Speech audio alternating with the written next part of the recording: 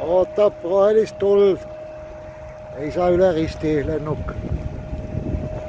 Mingi lennujaam on siin. Kuskil seal on Veneetsia. Seal vist. Ei tea, ilmselt seal.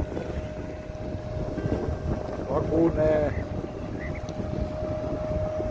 Sattusin siuksesse kohta.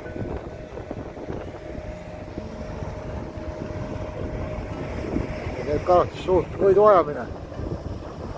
Ja põhjagaasi ja mööda ja kajakad ja kõik ja lennukid ja.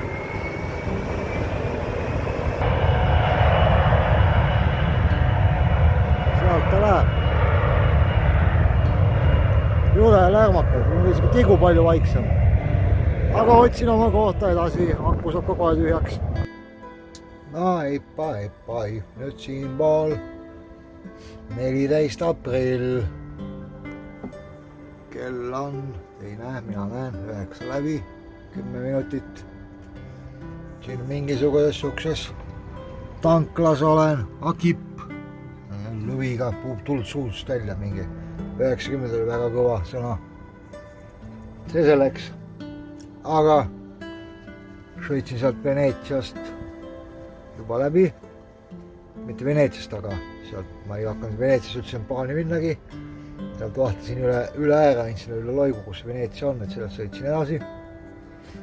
Ja pidasin kinni, kuna üle äkki hakkas siuke torm ja vihmasadu ja kõva tuul ja ma ütlesin, ei sõida enam edasi. Söön väikselt korsanni õhtuks šokolaadiga ja magustoiduks on tuntud Lidli maasik vaarika jogurt. Ära ja Coca-Colat kõrvale ja kõht täis tuttu ja hommikul vaatan edasi.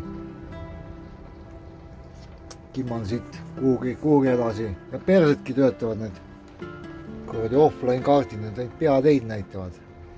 Et jälle oma peaga pean sõiklema. Aga pole hullu. Ai ja sisetunne ütleb, ma vist panen Hispaania nüüd jutiga välja ka, ma ei viitsi enam. Siin on nii halvad ilmad, korra tee peal kuskil ta näitas küll, et 19 oli sooja, oli tõesti väga sooja, aga nüüd on jälle mingi 11, ei näe siit. Ma ei tea, eks näis. See on praegult olukord.